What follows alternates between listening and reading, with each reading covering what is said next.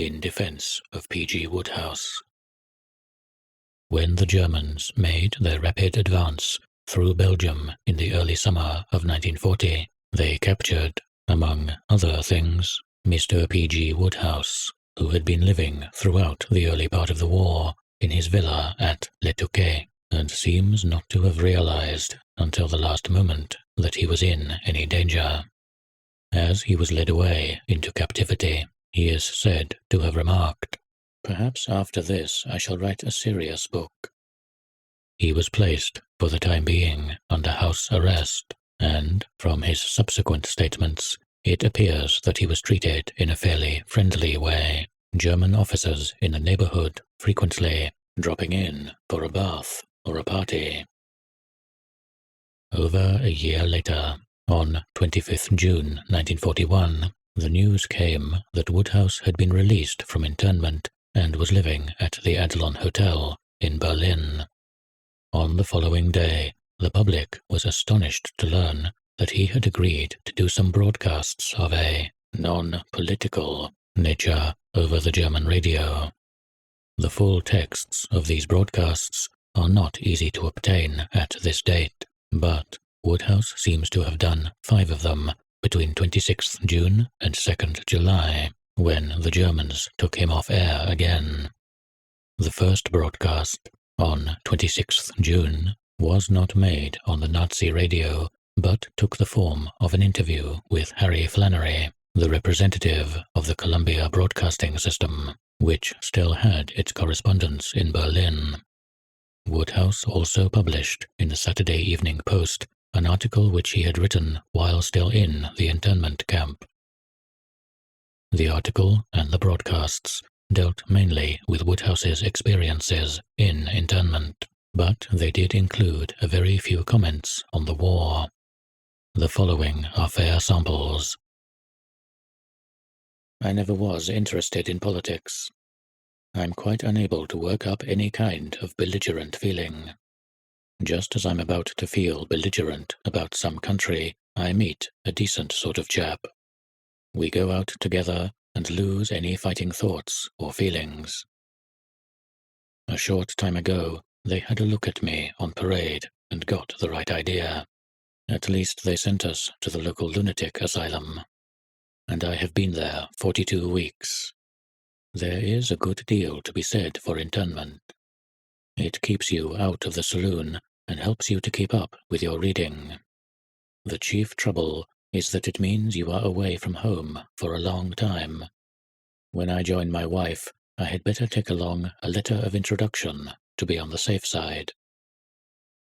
In the days before the war, I had always been modestly proud of being an Englishman, but now that I have been some months resident in this bin, or repository of Englishmen, I am not so sure.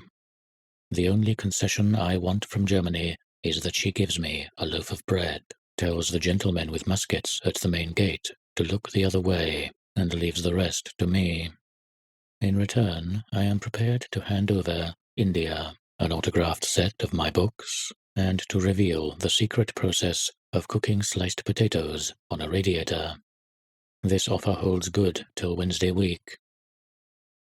The first extract quoted above caused great offence.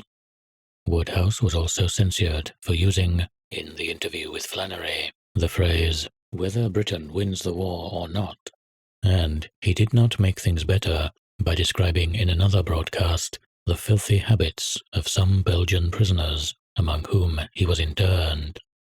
The Germans recorded this broadcast and repeated it a number of times. They seem to have supervised his talks very lightly, and they allowed him not only to be funny about the discomforts of internment, but to remark that the internees at Trost Camp all fervently believe that Britain will eventually win. The general upshot of the talks, however, was that he had not been ill-treated and bore no malice. These broadcasts caused an immediate uproar in England. There were questions in Parliament, angry editorial comments in the press, and a stream of letters from fellow authors, nearly all of them disapproving. though one or two suggested that it would be better to suspend judgment, and several pleaded that Wodehouse probably did not realize what he was doing.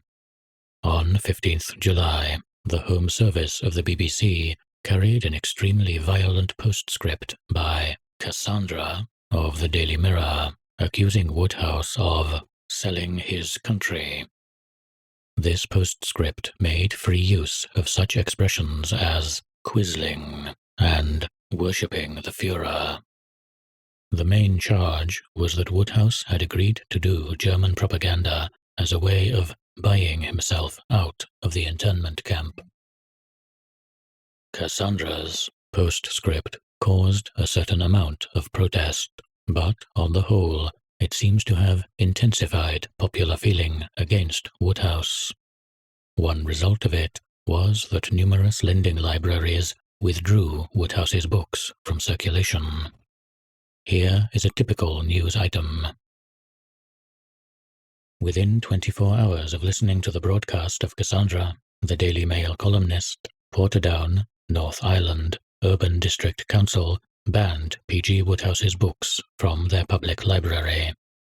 Mr. Edward McCann said that Cassandra's broadcast had clinched the matter. Wodehouse was funny no longer.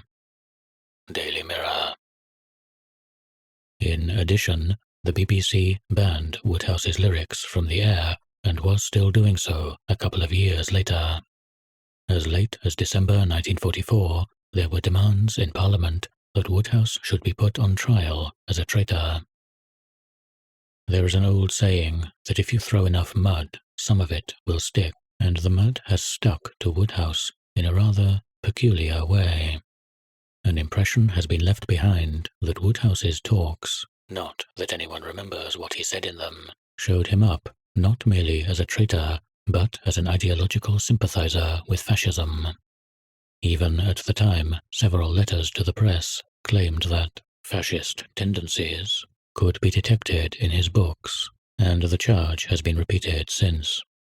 I shall try to analyze the mental atmosphere of those books in a moment, but it is important to realize that the events of 1941 do not convict Wodehouse of anything worse than stupidity.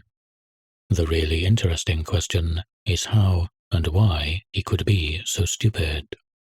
When Flannery met Wodehouse, released but still under guard, at the Adelon Hotel in July 1941, he saw at once that he was dealing with a political innocent, and when preparing him for their broadcast interview, he had to warn him against making some exceedingly unfortunate remarks, one of which was, by implication, slightly anti-Russian. As it was, the phrase, "whether England wins or not," did get through. Soon after the interview, Wodehouse told him that he was also going to broadcast on the Nazi radio, apparently not realizing that this action had any special significance. Flannery comments, "By this time, the Wodehouse plot was evident. It was one of the best Nazi publicity stunts of the war, the first with a human angle. Plack, Goebbels' assistant, had gone to the camp near Gleiwitz to see Wodehouse, found that the author was completely without political sense, and had an idea. He suggested to Wodehouse that, in return for being released from the prison camp, he write a series of broadcasts about his experiences. There would be no censorship, and he would put them on the air himself. In making that proposal, Plack showed that he knew his man.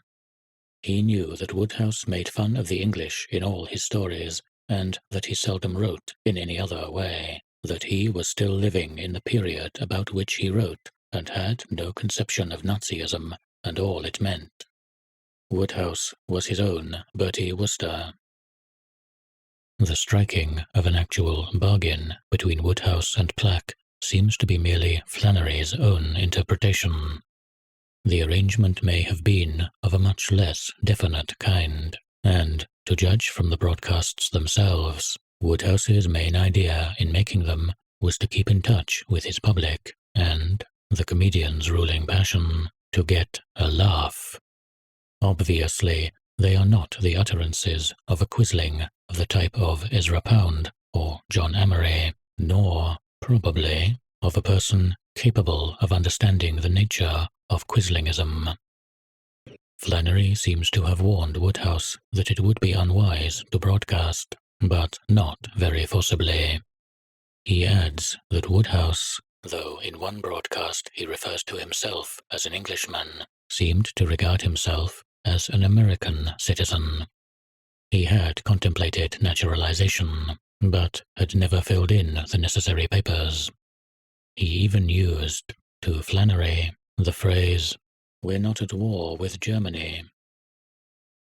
I have before me a bibliography of P.G. Wodehouse's works. It names round about 50 books, but is certainly incomplete. It is as well to be honest, and I ought to start by admitting that there are many books by Wodehouse, perhaps a quarter or a third of the total, which I have not read. It is not, indeed, easy to read the whole output of a popular writer who is normally published in cheap editions. But I have followed his work fairly closely since 1911, when I was 8 years old, and am well acquainted with its peculiar mental atmosphere, an atmosphere which has not, of course, remained completely unchanged, but shows little alteration since about 1925. In the passage from Flannery's book which I quoted above, there are two remarks which would immediately strike any attentive reader of Wodehouse. One is to the effect that Wodehouse was still living in the period about which he wrote, and the other that the Nazi propaganda minister made use of him because he made fun of the English. The second statement is based on a misconception to which I will return presently. But Flannery's other comment is quite true and contains in it part of the clue to Wodehouse's behavior.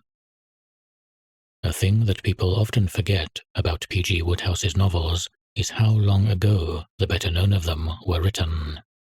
We think of him as, in some sense, typifying the silliness of the 1920s and 1930s, but in fact, the scenes and characters by which he is best remembered had all made their appearance before 1925. Smith first appeared in 1909, having been foreshadowed by other characters in earlier school stories. Blandings Castle, with Baxter and the Earl of Emsworth both in residence, was introduced in 1915. The Jeeves-Wooster cycle began in 1919, both Jeeves and Wooster having made brief appearances earlier. Oakridge appeared in 1924. When one looks through the list of Wodehouse's books from 1902 onwards, one can observe three fairly well-marked periods. The first is the school story period. It includes such books as The Gold Bat, The Pot Hunters, etc., and has its high spot in Mike, 1909. Smith in The City, published in the following year, belongs in this category, though it is not directly concerned with school life. The next is the American period. Wodehouse seems to have lived in the United States from about 1913 to 1920, and, for a while, showed signs of becoming Americanized in idiom and outlook.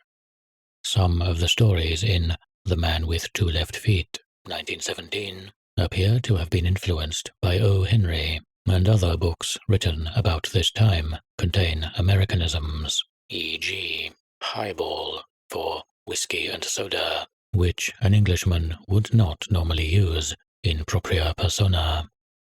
Nevertheless, almost all the books of that period, Smith, Journalist, The Little Nugget, The Indiscretions of Archie, Piccadilly Jim, and various others, depend for their effect on the contrast between English and American manners. English characters appear in an American setting, or vice versa. There is a certain number of purely English stories, but hardly any purely American ones. The third period might fitly be called the country house period. By the early 1920s, Wodehouse must have been making a very large income, and the social status of his characters moved upwards accordingly, though the Uckridge stories form a partial exception. The typical setting is now a country mansion, a luxurious bachelor flat, or an expensive golf club.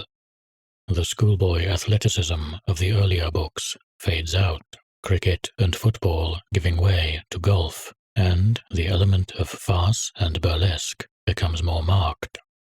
No doubt many of the later books, such as Summer Lightning, are light comedy rather than pure farce, but the occasional attempt at moral earnestness which can be found in Smith, Journalist, The Little Nugget, The Coming of Bill, The Man with Two Left Feet, and some of the school stories no longer appear.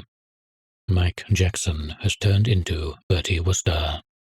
That, however, is not a very startling metamorphosis, and one of the most noticeable things about Wodehouse is his lack of development.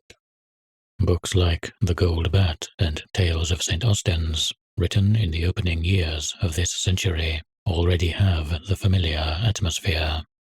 How much of a formula the writings of his later books had become, one can see from the fact that he continued to write stories of English life, although throughout the 16 years before his internment he was living at Hollywood and Le Touquet. Mike, which is now a difficult book to obtain in unabridged form, might be one of the best light school stories in English.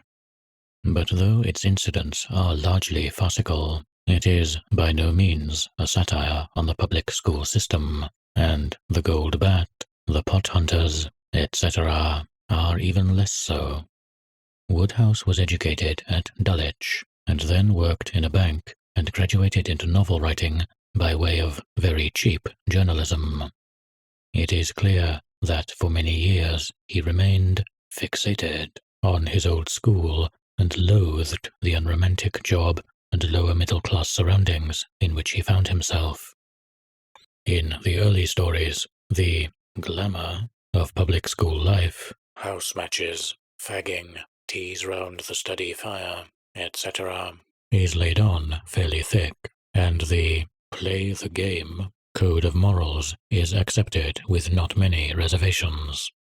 Wrykyn, Wodehouse's imaginary public school, is a school of more fashionable type than Dulwich, and one gets the impression that between The Gold Bat, 1904, and Mike, 1909, Wrykyn itself has become more expensive and moved farther from London.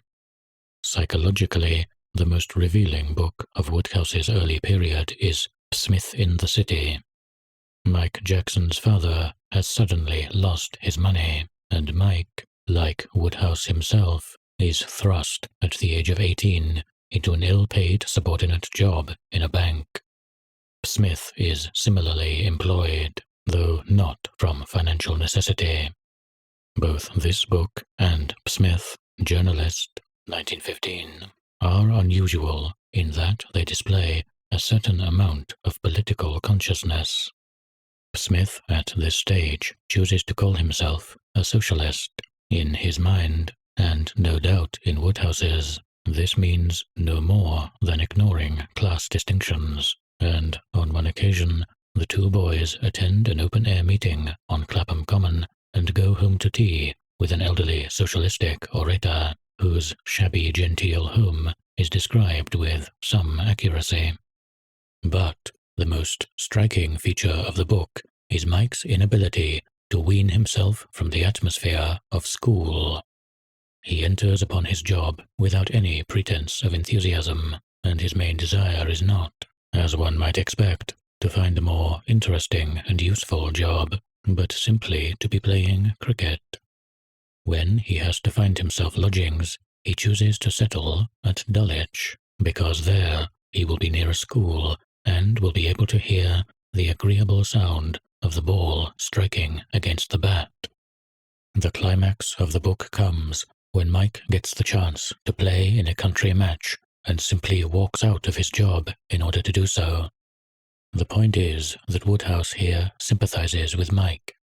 Indeed, he identifies himself with him, for it is clear enough that Mike bears the same relation to Wodehouse as Julian Sorrell did to Stendhal. But he created many other heroes essentially similar. Through the books of this and the next period, there passes a whole series of young men to whom playing games and keeping fit are a sufficient life work. Wodehouse is almost incapable of imagining a desirable job. The great thing is to have money of your own, or, failing that, to find a sinecure. The hero of Something Fresh, 1915, escapes from low-class journalism by becoming physical training instructor to a dyspeptic millionaire. This is regarded as a step up, morally as well as financially. In the books of the third period, there is no narcissism and no serious interludes, but the implied moral and social background has changed much less than might appear at first sight. If one compares Bertie Wooster with Mike, or even with the rugger-playing prefects of the earliest school stories, one sees that the only real difference between them is that Bertie is richer and lazier. His ideals would be almost the same as theirs, but he fails to live up to them. Archie Moffam, in The Indiscretions of Archie, 1921, is a type intermediate between Bertie and the earlier heroes. He is an ass, but he is also honest, kind-hearted, athletic, and courageous. From first to last, Wodehouse takes the public school code of behavior for granted, with the difference that, in his later, more sophisticated period, he prefers to show his characters violating it or living up to it against their will. Bertie, you wouldn't let down a pal? Yes, I would. But we were at school together, Bertie. I don't care. The old school, Bertie, the old school. Oh, well, dash it. Bertie, a sluggish Don Quixote, has no wish to tilt at windmills, but he would hardly think of refusing to do so when honor calls. Most of the people whom Wodehouse intends as sympathetic characters are parasites, and some of them are plain imbeciles, but very few of them could be described as immoral. Even Uckridge is a visionary rather than a plain crook. The most immoral, or rather unmoral, of Wodehouse's characters is Jeeves, who acts as a foil to Bertie Wooster's comparative high-mindedness and, perhaps, symbolizes the widespread English belief that intelligence and unscrupulousness are much the same thing. How closely Wodehouse sticks to conventional morality can be seen from the fact that nowhere in his books is there anything in the nature of a sex joke. This is an enormous sacrifice for a farcical writer to make. Not only are there no dirty jokes, but there are hardly any compromising situations. The horns on the forehead motif is almost completely avoided. Most of the full-length books, of course, contain a love interest, but it is always at the light comedy level. The love affair, with its complications and its idyllic scenes, goes on, but, as the saying goes, nothing happens. It is significant that Wodehouse, by nature a writer of farces, was able to collaborate more than once with Ian Hay, a serio-comic writer and an exponent, vide Pip, etc., of the clean-living Englishman tradition at its silliest. In Something Fresh, Wodehouse had discovered the comic possibilities of the English aristocracy and a succession of ridiculous, but, save in a very few instances, not actually contemptible barons, earls, and what not followed accordingly. This had the rather curious effect of causing Wodehouse to be regarded, outside England, as a penetrating satirist of English society.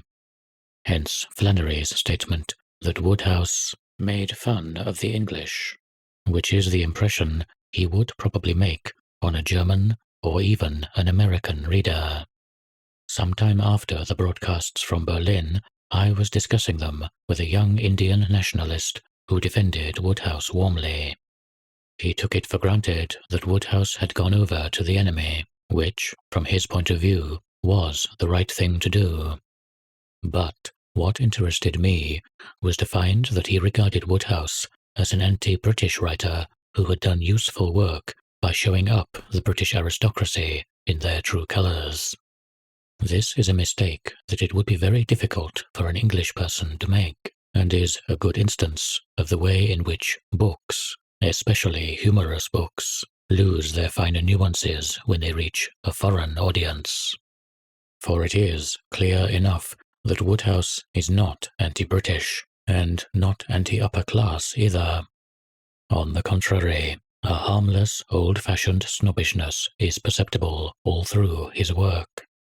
Just as an intelligent Catholic is able to see that the blasphemies of Baudelaire or James Joyce are not seriously damaging to the Catholic faith, so an English reader can see that in creating such characters as Hildebrand Spencer Poins de Burgh John Hanneside Combe Crombie, 12th Earl of Drever, Wodehouse is not really attacking the social hierarchy. Indeed, no one who genuinely despised titles would write of them so much. Wodehouse's attitude towards the English social system is the same as his attitude towards the public school moral code, a mild facetiousness covering an unthinking acceptance. The Earl of Emsworth is funny because an earl ought to have more dignity, and Bertie Wooster's helpless dependence on Jeeves is funny partly because the servant ought not to be superior to the master. An American reader can mistake these two, and others like them, for hostile caricatures, because he is inclined to be an Anglophobe already, and they correspond to his preconceived ideas about a decadent aristocracy. Bertie Wooster, with his spats and his cane, is the traditional stage Englishman. But, as any English reader would see, Wodehouse intends him as a sympathetic figure, and Wodehouse's real sin has been to present the English upper classes as much nicer people than they are. All through his books, certain problems are consistently avoided. Almost without exception, his moneyed young men are unassuming, good mixers, not avaricious. Their tone is set for them by Smith, who retains his own upper-class exterior but bridges the social gap by addressing everyone as comrade. But there is another important point about Bertie Wooster, his out-of-dateness. Conceived in 1917 or thereabouts, Bertie really belongs to an epoch earlier than that. He is the Knut of the pre-1914 period, celebrated in such songs as Gilbert the Filbert or Reckless Reggie of the Regent's Palace. The kind of life that Wodehouse writes about by preference, the life of the club man or man about town, the elegant young man who lounges all the morning in Piccadilly with a cane under his arm and a carnation in his buttonhole, barely survived into the 1920s. It is significant that Wodehouse could publish in 1936 a book entitled Young Men in Spats. For who was wearing spats at that date? They had gone out of fashion quite 10 years earlier. But the traditional Knut, the Piccadilly Johnny, ought to wear spats, just as the pantomime Chinese ought to wear a pigtail. A humorous writer is not obliged to keep up to date, and, having struck one or two good veins, Wodehouse continued to exploit them with a regularity that was, no doubt, all the easier because he did not set foot in England during the 16 years that preceded his internment. His picture of English society had been formed before 1914, and it was a naive, traditional, and, at bottom, admiring picture. Nor did he ever become genuinely Americanized. As I have pointed out, spontaneous Americanisms do occur in the books of the Middle Period, but Wodehouse remained English enough to find American slang an amusing and slightly shocking novelty. He loves to thrust a slang phrase or a crude fact in among Wardour Street English. With a hollow groan, Uckridge borrowed 5 shillings from me and went out into the night. And expressions like a piece of cheese or bust him on the noggin lend themselves to this purpose. But the trick had been developed before he made any American contacts, and his use of garbled quotations is a common device of English writers running back to Fielding. As Mr. John Hayward has pointed out, Wodehouse owes a good deal to his knowledge of English literature and especially of Shakespeare. His books are aimed, not, obviously, at a highbrow audience, but at an audience educated along traditional lines. When, for instance, he describes somebody as heaving, the kind of sigh that Prometheus might have heaved when the vulture dropped in for its lunch, he is assuming that his readers will know something of Greek mythology. In his early days, the writers he admired were probably Barry Payne, Jerome K. Jerome, W. W. Jacobs, Kipling, and F. Anstey, and he has remained closer to them than to the quick-moving American comic writers such as Ring Lardner or Damon Runyon. In his radio interview with Flannery, Wodehouse wondered whether the kind of people and the kind of England I write about will live after the war, not realizing that they were ghosts already. He was still living in the period about which he wrote, says Flannery, meaning, probably, the 1920s. But the period was really the Edwardian age, and Bertie Wooster, if he ever existed, was killed round about 1915. If my analysis of Wodehouse's mentality is accepted, the idea that, in 1941, he consciously aided the Nazi propaganda machine becomes untenable and even ridiculous. He may have been induced to broadcast by the promise of an earlier release. He was due for release a few months later, on reaching his 60th birthday. But he cannot have realized that what he did would be damaging to British interests. As I have tried to show, his moral outlook has remained that of a public schoolboy, and, according to the public school code, treachery in time of war is the most unforgivable of all the sins. But how could he fail to grasp that what he did would be a big propaganda score for the Germans and would bring down a torrent of disapproval on his own head? To answer this, one must take 2 things into consideration. First, Wodehouse's complete lack, as far as one can judge from his printed works, of political awareness. It is nonsense to talk of fascist tendencies in his books. There are no post-1918 tendencies at all. Throughout his work, there is a certain uneasy awareness of the problem of class distinctions, and, scattered through it, at various dates, there are ignorant, though not unfriendly, references to socialism. In The Heart of a Goof, 1926, there is a rather silly story about a Russian novelist, which seems to have been inspired by the factional struggle then raging in the USSR, but the references in it to the Soviet system are entirely frivolous and, considering the date, not markedly hostile. This is about the extent of Wodehouse's political consciousness, so far as it is discoverable from his writings. Nowhere, so far as I know, does he so much as use the word fascism or Nazism.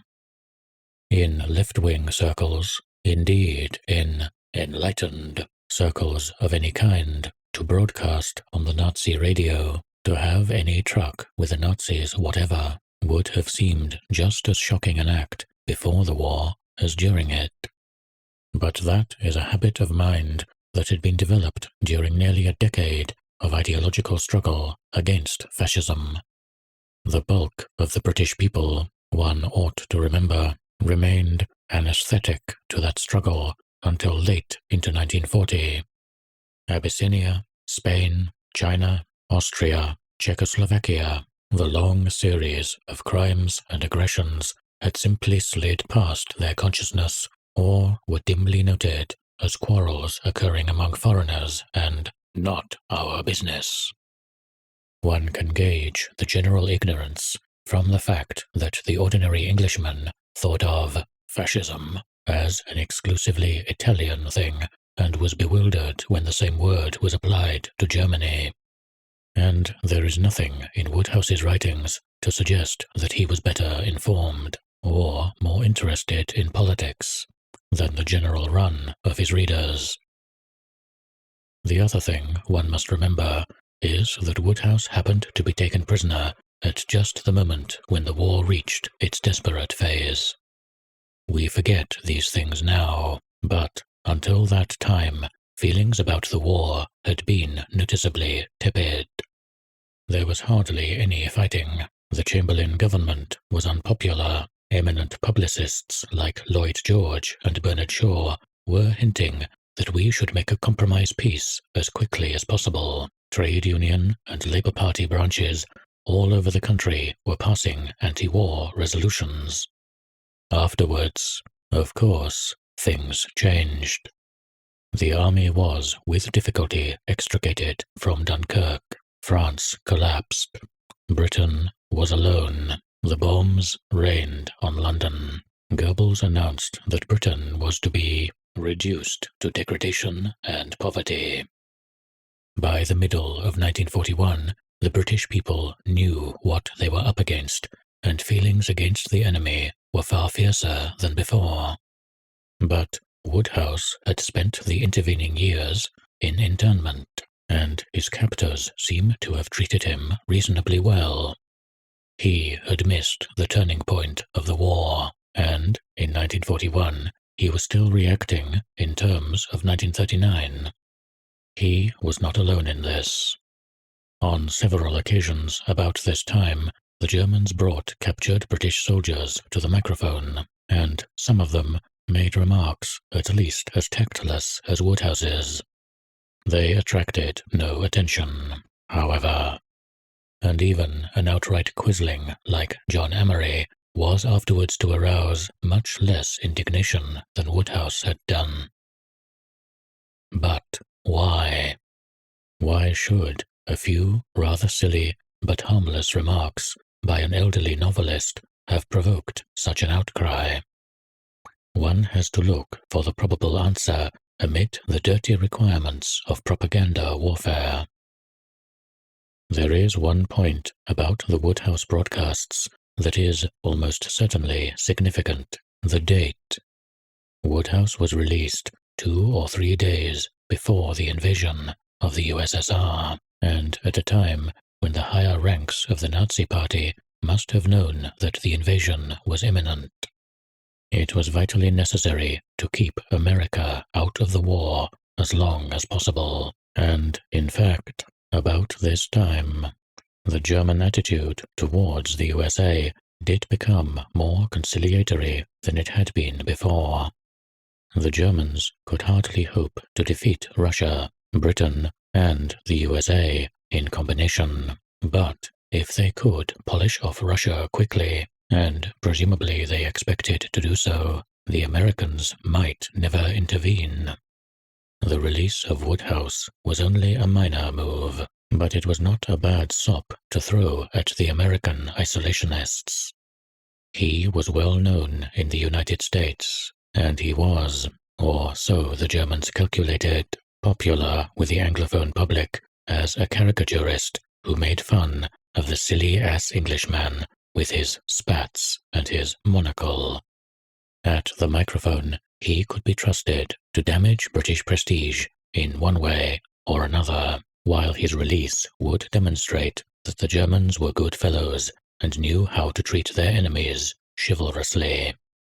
That, presumably, was the calculation, though the fact that Wodehouse was only broadcasting for about a week suggests that he did not come up to expectations.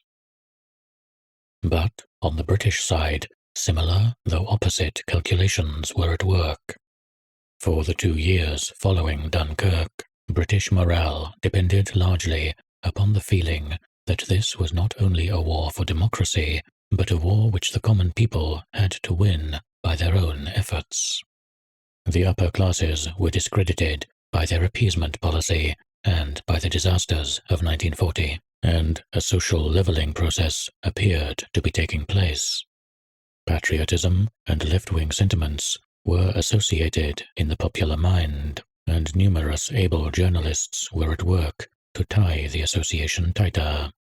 Priestley's 1940 broadcasts and Cassandra's articles in the Daily Mirror were good examples of the demagogic propaganda flourishing at that time. In this atmosphere, Wodehouse made an ideal whipping boy, for it was generally felt that the rich were treacherous, and Wodehouse, as Cassandra vigorously pointed out in his broadcast, was a rich man. But he was the kind of rich man who could be attacked with impunity and without risking any damage to the structure of society. To denounce Wodehouse was not like denouncing, say, Beaverbrook. A mere novelist, however large his earnings may happen to be, is not of the possessing class. Even if his income touches 50,000 GBP a year, he has only the outward semblance of a millionaire. He is a lucky outsider who has fluked into a fortune, usually a very temporary fortune, like the winner of the Calcutta Derby sweep. Consequently, Wodehouse's indiscretion gave a good propaganda opening. It was a chance to expose a wealthy parasite without drawing attention to any of the parasites who really mattered. In the desperate circumstances of the time, it was excusable to be angry at what Wodehouse did, but to go on denouncing him 3 or 4 years later, and more, to let an impression remain that he acted with conscious treachery, is not excusable. Few things in this war have been more morally disgusting than the present hunt after traitors and quislings. At best, it is largely the punishment of the guilty by the guilty. In France, all kinds of petty rats, police officials, penny-aligning journalists, women who have slept with German soldiers, are hunted down, while almost without exception the big rats escape. In England, the fiercest tirades against quislings are uttered by conservatives who were practicing appeasement in 1938 and communists who were advocating it in 1940. I have striven to show how the wretched Wodehouse, just because success and expatriation had allowed him to remain mentally in the Edwardian age, became the corpus vitae in a propaganda experiment, and I suggest that it is now time to regard the incident as closed. If Ezra Pound is caught and shot by the American authorities, it will have the effect of establishing his reputation as a poet for hundreds of years. And even in the case of Wodehouse, if we drive him to retire to the United States and renounce his British citizenship, we shall end by being horribly ashamed of ourselves. Meanwhile, if we really want to punish the people who weakened national morale at critical moments, there are other culprits who are nearer home and better worth chasing.